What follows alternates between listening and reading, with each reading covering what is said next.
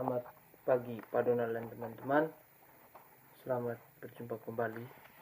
Pada kesempatan ini izinkan kami dari kelompok 4 untuk mempresentasikan hasil diskusi kami mengenai emergi dalam konseling.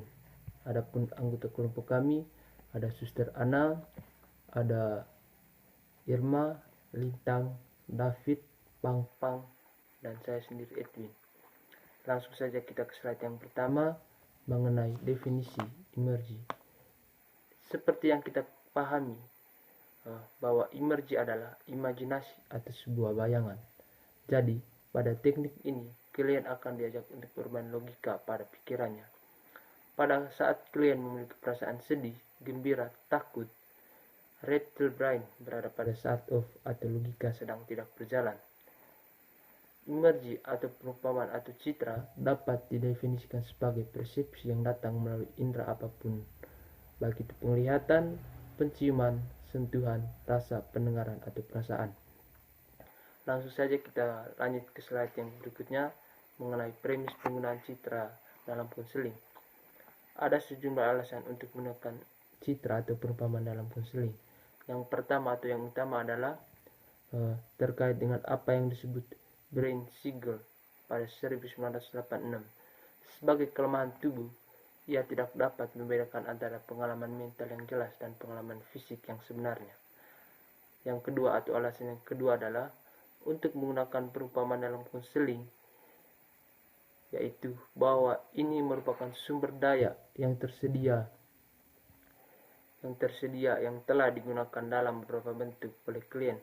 Hampir semua orang membawa gambaran mental di dalam pikiran mereka dan memanfaatkan gambaran ini memiliki keuntungan.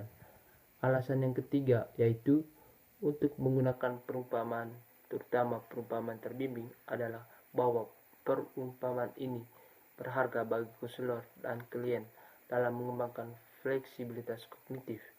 Ini mengajarkan orang bagaimana menggunakan imajinasi mereka sebagai alat untuk merangsang kreativitas dan untuk melonggarkan cengkeraman ketat dari apa yang disebut dengan kesadaran terjaga normal. Yang keempat yaitu menggunakan perumpamaan dalam konseling adalah bahwa banyak masalah klien terkait langsung dengan citra diri mereka dan orang lain. Salah satu contoh paling grafis dari fenomena ini adalah gangguan makan. Yang terakhir atau yang kelima adalah untuk menggunakan perumpamaan dalam konseling, yaitu bahwa hal itu mempromosikan pendekatan holistik untuk bekerja dengan individu dengan membantu mereka menghubungkan dunia luar dan dalam. Melalui pencitraan banyak aspek yang berbeda dari kepribadian dan lingkungan, seorang dapat diperiksa dan diubah jika diinginkan. Misalnya hubungan kebiasaan kesehatan dan bakat dapat dinilai dan dimodifikasi secara tepat dengan mengalaminya dalam bentuk perumpamaan dan kemudian dalam situasi kehidupan yang nyata. Praktik penggunaan perumpamaan dalam konseling. Di sini kita akan melihat beberapa tokoh yang telah menggunakan perumpamaan dalam konseling. Tokoh yang pertama adalah Freud. Sigmund Freud adalah salah satu orang pertama dalam perawatan modern gangguan mental yang berkaitan dengan perumpamaan dan maknanya, terutama melalui mimpi. Ia juga menekankan arti nyata atau jelas dan laten mimpi dan menggambarkan mimpi sebagai jalan kerajaan menuju ketidaksadaran. Tokoh yang kedua adalah Carl Jung. Carl Jung menunjukkan minat yang besar pada simbol dan gambar, baik di dalam maupun di luar mimpi. Dia sangat tertarik pada gambar dengan kualitas universal yang dia sebut archetype. Misalnya ada gambar ibu bumi, orang tua yang bijak, pahlawan, atau kelahiran kembali. Gagasan Jung bahwa gambar tertentu menyatukan orang yang satu sama lain dengan diri mereka sendiri. Misalnya pada gambar mandala. Kata Sanskerta untuk lingkaran suci adalah tanda universal dari keutuhan dan kelengkapan yang dianut di seluruh dunia dan bahwa pemikirannya digunakan dalam berbagai bentuk saat klien menjadi lebih sehat. Dia juga percaya bahwa mandala menunjukkan penyatuan yang berlawanan, berfungsi sebagai ekspresi diri, dan mewakili jumlah dari siapa kita. Tokoh yang ketiga adalah Henderson. Dalam sebuah studi penelitian yang meneliti manfaat dari proses peristiwa traumatis melalui pembuatan mandala untuk orang dengan gangguan stres pasca trauma, Henderson, Rosen, dan Mascolo tahun 2007 menemukan bahwa dibandingkan dengan kelompok kontrol, individu yang ditugaskan untuk pembuatan mandala eksperimental kelompok melaporkan penurunan yang lebih besar dalam gejala trauma pada 1 bulan tindak lanjut.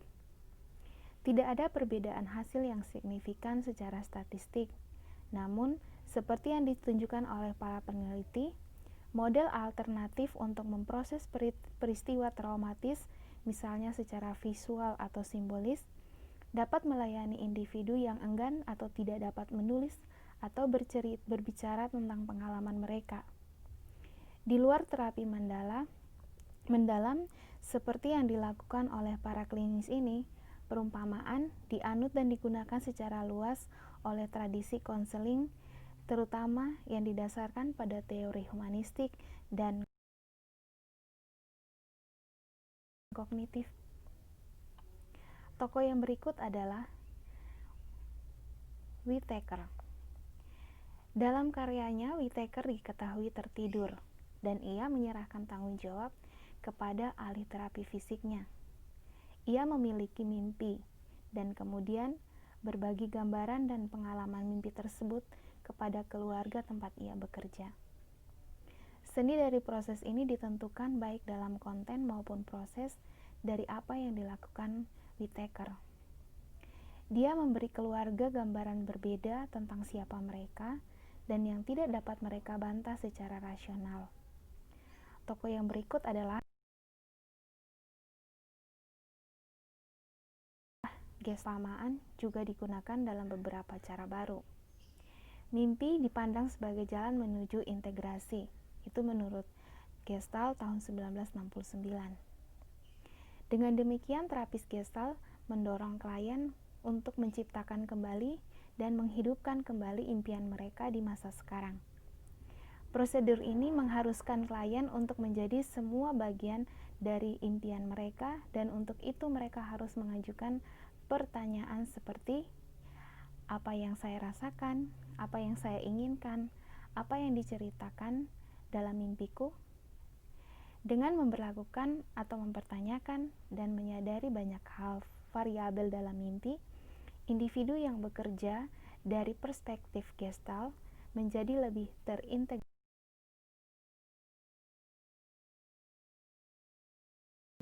similaritas dalam diri mereka yang sebelumnya mereka proyeksikan kepada orang lain. Dengan demikian, mereka dimungkinkan untuk menyelesaikan suatu bisnis yang belum selesai di latar belakang mereka, seperti kesedihan, kemarahan, atau kehilangan yang tidak diakui. Ini ditulis oleh Glading tahun 1991. Tokoh yang berikut adalah Abraham Maslow. Abraham Maslow yang menggunakan perumpamaan untuk membantu orang mendapat rasa syukur yang lebih besar terhadap orang lain dan berkah hidup. Maslow menganjurkan untuk membayangkan kematian seorang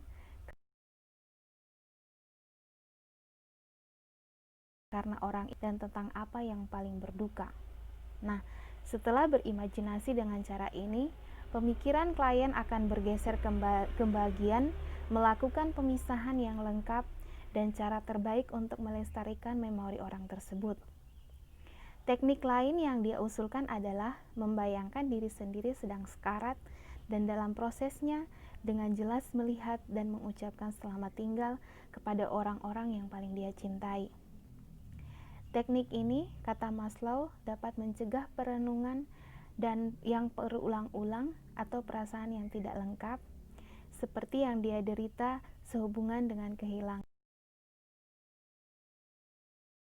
adiknya. Dia bertengkar sedikit lama latihan Adler. Citra jenis ini juga dapat meningkatkan kesehatan. Pada poin yang berikut, di sini kita akan melihat dua hal, yaitu pencitraan emosi rasional dan desensitisasi sistematis. Nah, pencitraan emosi rasional, di mana klien secara sadar tetap mengontrol fasilitas mereka. Dalam proses ini, klien dibantu untuk membuat sebuah kerangka acuan mental untuk berperilaku rasional. Mereka harus membayangkan diri mereka berpikir, merasakan emosi, dan secara fisik berperilaku persis seperti yang mereka inginkan untuk berpikir, merasakan, dan bertindak dalam kehidupan nyata. Nah, ketika seseorang menggabungkan perumpamaan emosi rasional dengan latihan fisik, dalam perawatan berbasis perilaku, klien terkadang diminta untuk secara simbolis menciptakan kembali situasi kehidupan yang bermasalah dan kemudian membayangkan benar-benar terjadi pada mereka. Nah, ketika klien telah membayangkan gambaran situasi, mereka kemudian diminta untuk mengungkapkan pemikiran atau suatu hal yang muncul di benak. Cara yang sangat berguna untuk mengungkapkan pemikiran spesifik yang terkait dengan teknik khusus ini sangat membantu selama penilaian untuk mengungkapkan pemikiran yang terkait dengan peristiwa yang mungkin tidak disadari klien pada awalnya. Nah, yang berikut adalah desensitisasi sistematis oleh Wolpe tahun 1958. Dalam metode terapeutik ini, klien diminta untuk membangun hierarki situasi berbeda yang mengganggu mereka, dimulai dengan situasi yang agak mengganggu dan bekerja hingga situasi yang menimbulkan kekhawatiran utama. Mereka kemudian diinstruksikan untuk menggambarkan dengan jelas setiap situasi saat mereka bekerja dalam hierarki dengan konselor dan untuk cara bersamaan bersantai. Nah, gagasan di balik metode ini adalah bahwa menjadi rileks dan cemas adalah respon yang tidak sesuai, yaitu penghambatan timbal balik. Dan bahwa klien dapat diajari untuk menjadi rileks di hadapan situasi yang sebelumnya mengganggu. Dengan kata lain, satu emosi atau relaksasi atau kesenangan digunakan untuk melawan yang lain atau yang ditimbulkan oleh rasa kecemasan. Dengan perumpamaan memainkan peran utama dalam proses ini.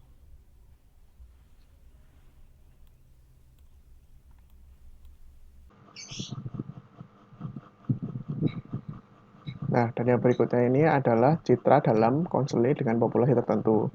Ada 3, yaitu adalah anak-anak, remaja, dan orang yang lebih tua.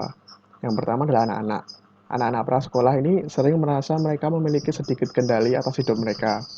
Nah, pencitraan atau imajinasi terarah dapat digunakan misalnya melalui permainan imajinasi, di mana seorang guru atau orang tua membacakan bagian untuk anak-anak dari buku latihan tersebut, seperti dari Richard de Miles, yang judulnya Letakkan Ibumu di Langit-Langit, atau Joseph Short yang judulnya Pergi Lihat Film di Kepala Anda. Lalu kemudian, anak-anak dapat memvisualisasikan adegan dari buku-buku tersebut. Nah, bagi anak-anak usia sekolah dasar dengan harga diri yang rendah, citra ini sangat berharga dalam meningkatkan konsep diri. Salah satu cara ini dapat dilakukan dengan meminta anak-anak melihat diri mereka sendiri melalui mata orang yang istimewa. Nah, di sini Mayrik menyarankan 5 pedoman untuk membuat pengalaman menyenangkan dan lebih produktif. Yang pertama adalah buatlah cerita bernaskah. Di sini, sebuah naskah membantu konselor memilih yang benar-benar kata-kata untuk aktivitas serta untuk berkonsentrasi. Yang kedua, tetapkan suasana hati. Di sini, pengaturan suasana hati terdiri dari 2 bagian. Yang pertama, memperkenalkan aktivitas untuk siswa tersebut. Yang kedua, membantu siswa menemukan posisi yang nyaman dan santai untuk berpartisipasi dalam latihan perumpamaan tadi. Yang ketiga, bicaralah dengan lembut dan lancar. Nah, di sini saat konselor berbicara dengan santai dan cara menenangkan siswa tersebut, siswa dapat berkonsentrasi pada perumpamaannya, bukan pada konselornya sendiri. Yang keempat, akhiri pengalaman pencitraan terpadu. Di sini, konselor seperti mengajukan pertanyaan terakhir atau sekedar memberitahu siswa bahwa aktivitas perumpamaan akan segera berakhir. Yang terakhir adalah diskusikan pengalaman tersebut. Nah, jika anak-anak mendapat manfaat dari perumpamaan aktivitas tadi, mereka harus bisa berbagi pengalaman mereka dengan orang lain.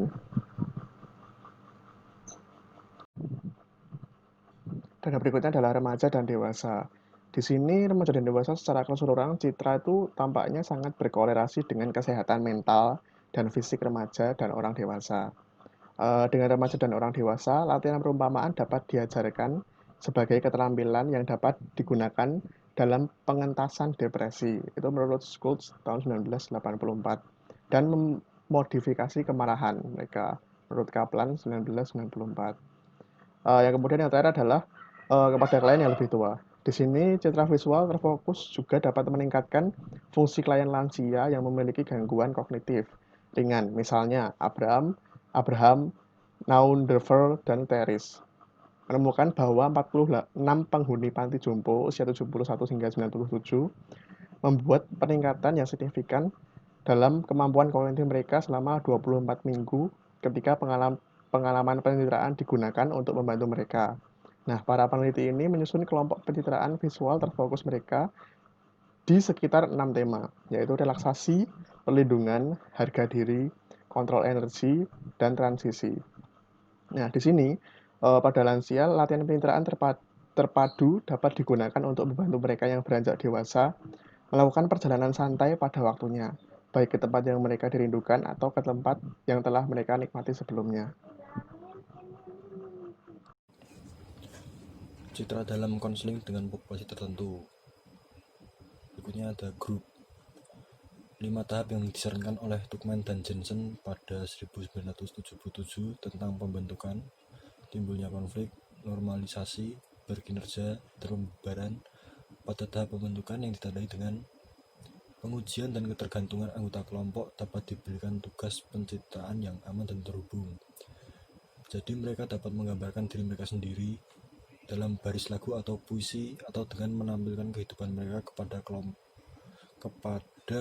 kelompok dalam foto-foto sejarah atau perjalanan hidup. Begitu pula pada tahap pembubaran di mana fokusnya adalah penutupan. Lalu berikutnya Jacobs tahun 1992 menyarankan sejumlah fantasi proyektif dalam pengaturan kelompok yang menurutnya produktif. Di antara favoritnya adalah yang dia sebut dengan objek umum. Dalam fantasi ini, anggota kelompok didorong untuk membayangkan diri mereka sebagai objek bersama, seperti koper atau tangga. Mereka kemudian diminta untuk menggambarkan seperti apa kehidupan mereka dan bagaimana perasaan mereka jika mereka memang objek itu. Ketika berbicara tentang objek bersama, anggota didorong untuk tetap berada dalam bentuk waktu sekarang. Mereka akhirnya berbicara tentang diri mereka sendiri dalam banyak cara dan melihat kehidupan mereka secara berbeda-beda sebagai hasil proyeksi dan fantasi.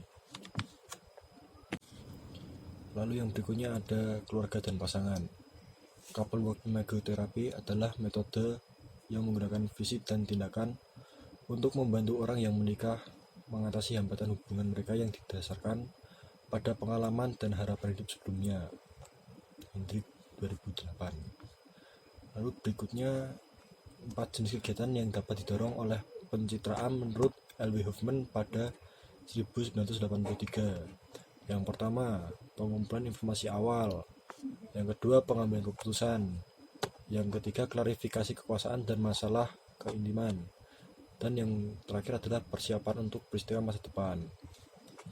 Lalu berikutnya ada penelitian oleh Morrison dan Rapps pada 2001 telah menemukan bahwa perumpamaan yang difasilitasi adalah teknik yang berhasil untuk meningkatkan kepuasan perkawinan kedua pasangan. Lalu yang terakhir ada konseling karir dan perencanaan hidup. Penggunaan citra, terutama imajinasi terbimbing dan lamunan, telah menjadi hal yang lazim dalam konseling karir dan perencanaan hidup sejak tahun 1960-an. Menurut Hollins pada 1985, Self-Directed Search memasukkan pengujian lamunan pekerjaan ke dalam proses penilaian mereka.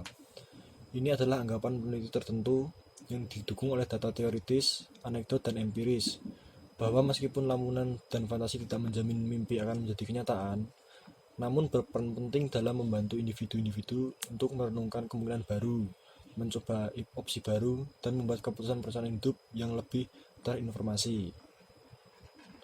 Lalu berikutnya ada 4 manfaat citra terbimbing dalam konseling karir menurut Scofford et al.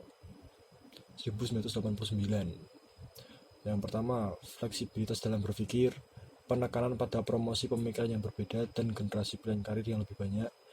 Yang ketiga, keamanan fitur yang tidak mengancam dan murah. Dan yang terakhir, kesenangan dan penekanan pada pertimbangan aspek non-rasional dalam pengambilan keputusan. Oke, materi yang selanjutnya ada pencitraan dalam konseling dengan seni kreatif lainnya. Jadi yang pertama itu ada citra dan foto. Tokoh Ringo Starr menggarisbawahi persepsi tentang bagaimana fotografi dapat membantu dalam pengembangan gambar dalam pikiran. Foto juga bermanfaat sebagai bahan pelengkap, terutama untuk menunjukkan kepada anak-anak contoh dari apa yang dapat mereka gambar.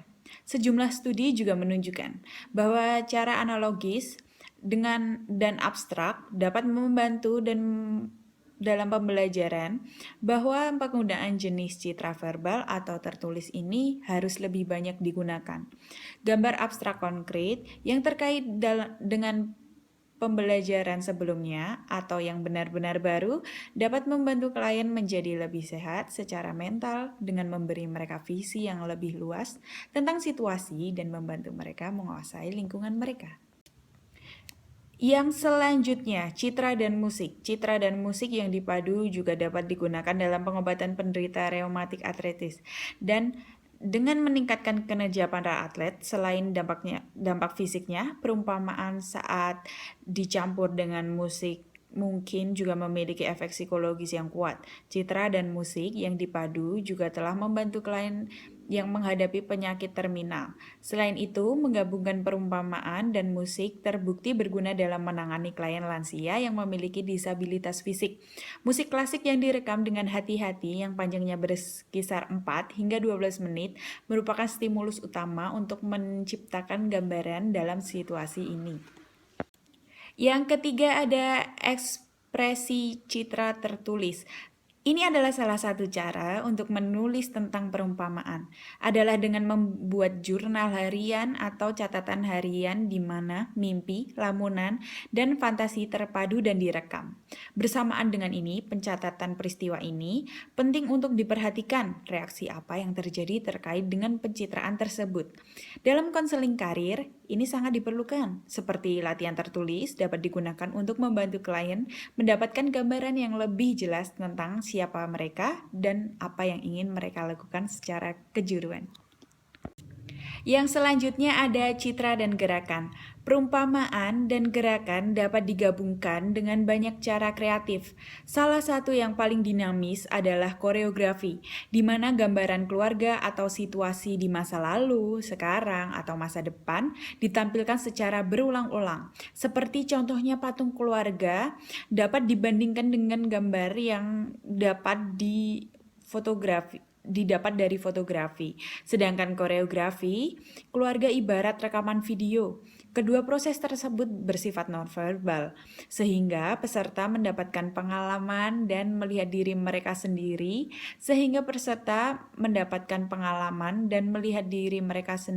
daripada membicarakan situasi mereka. Karena kualitas nonverbal ini, keluarga dan konselor dapat memahami pengalaman, batasan, analiansi anggota dengan lebih mudah dan segera. Yang berikutnya ada citra dan gambar. Teknik ini mungkin tanpa konyol pada awalnya membantu klien menempatkan gerakan tubuh pada sebuah gambar dan memperkuat gambaran mental mereka melalui gerakan motorik sederhana. Cara lain untuk mengekspresikan perumpamaan adalah meminta orang menggambarkan visi mereka melalui garis perasaan. Ide dalam latihan ini adalah bahwa dengan meletakkan gambar mereka secara konkret, klien lebih mampu mengkonseptualisasikan apa yang mereka rasakan dan oleh karena itu dapat mengambil langkah positif untuk menangani masalah ini. Ekspresi citra yang lebih artistik adalah meminta klien menggambar dengan gaya bebas dan kemudian memproses pengalaman dan menggambarnya dengan konselor. Dari sketsa tersebut, klien dapat berbicara tentang area penting lain dalam hidup mereka. Baik, selanjutnya saya akan memberikan salah satu contoh penerapan imagery dalam konseling, yaitu guided imagery, atau biasa dikenal dengan teknik relaksasi imajinasi terbimbing. Apa itu guided imagery? Guided imagery merupakan sebuah proses menggunakan kekuatan pikiran dengan mengarahkan tubuh untuk menyembuhkan diri melalui komunikasi dalam tubuh yang melibatkan semua indera, seperti indera pendengaran, rasa, bau, sentuhan, keseimbangan, panas, dingin dan nyeri, serta penglihatan, sehingga terbentuk keseimbangan antara tubuh dan jiwa. Guided imagery bertujuan untuk menghasilkan dan mencapai keadaan yang optimal yang digunakan untuk mengalihkan perhatian dari sensasi yang tidak menyenangkan. Nah, biasanya teknik ini digunakan untuk mengurangi kecemasan, stres, trauma, dan fobia. Jadi intinya dalam teknik ini, klien diarahkan untuk memblokir semua pikiran buruk atau negatif yang ada dalam pikirannya dan menggantikannya dengan pikiran yang lebih positif, yang tentunya lebih menyenangkan dan lebih menenangkan klien atau konseli. Kemudian terdapat pula prosedur pelaksanaan dalam guided imagery. Yang pertama, membina hubungan saling percaya. Hubungan saling percaya bisa ditingkatkan oleh seorang konselor dengan melalui pendekatan rapport. Di sini juga konselor harus menjelaskan peran konselor dan konseli selama proses konseling. Yang kedua, ajak klien untuk mengungkapkan permasalahan atau kejadian apa yang klien ingin hilangkan yang menjadi ketidaknyamanannya selama ini. Apapun permasalahannya, konselor harus mampu mendengarkannya baik-baik. Yang ketiga, ajurkan klien mencari posisi yang nyaman. Misalnya jika klien ingin duduk di bawah, ya dipersilahkan.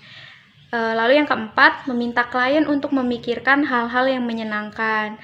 Klien diajak untuk menutup matanya. Bisa juga konselor memutarkan sebuah lagu yang dengan melodi yang menenangkan supaya konseli bisa lebih rileks.